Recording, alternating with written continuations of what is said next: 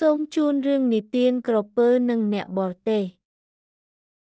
កាលពីព្រេងនាយមានបឹងដ៏ធំមួយនៅជីភូមិដែលជាកន្លែងរស់នៅរបស់ក្រពើដ៏កាចសាហាវមួយក្បាលវាពូកែវាយប្រហារសត្វទាំងឡាយណាដែលមកផឹកទឹកនៅមាត់បឹងថ្ងៃមួយមានអ្នកបរទេះម្នាក់បានអូសរទេះគោរបស់ខ្លួនទៅលាងទឹកនៅក្បែរមាត់បឹង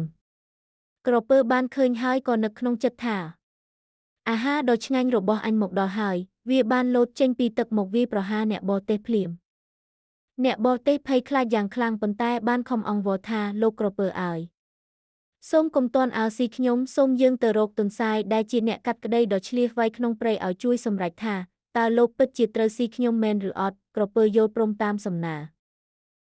ពួកគេក៏បាននាំគ្នាទៅរកទន្សាយពេលទៅដល់ទន្សាយបានសួរទៅក្រពើថាលោកក្រពើតើអ្នកបរទេះនេះបានចូលទៅក្នុងទឹករបស់អ្នកដើម្បីធ្វើបាបអ្នកមែនទេ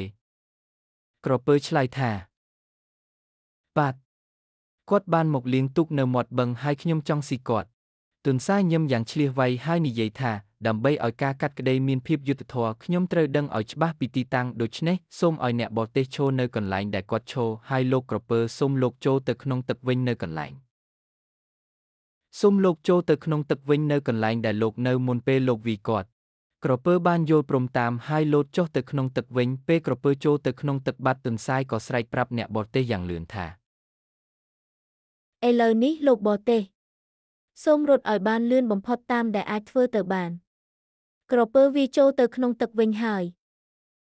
អ្នកបរទេះបានឮដូច្នេះក៏រត់ចេញពីកន្លែងនោះយ៉ាងលឿនបំផុតពេលក្រពើឡើងពីទឹកវិញឃើញអ្នកបរទេះរត់ទៅបាត់ហើយវាខឹងយ៉ាងខ្លាំងតែមិនអាចធ្វើអ្វីបានឡើយ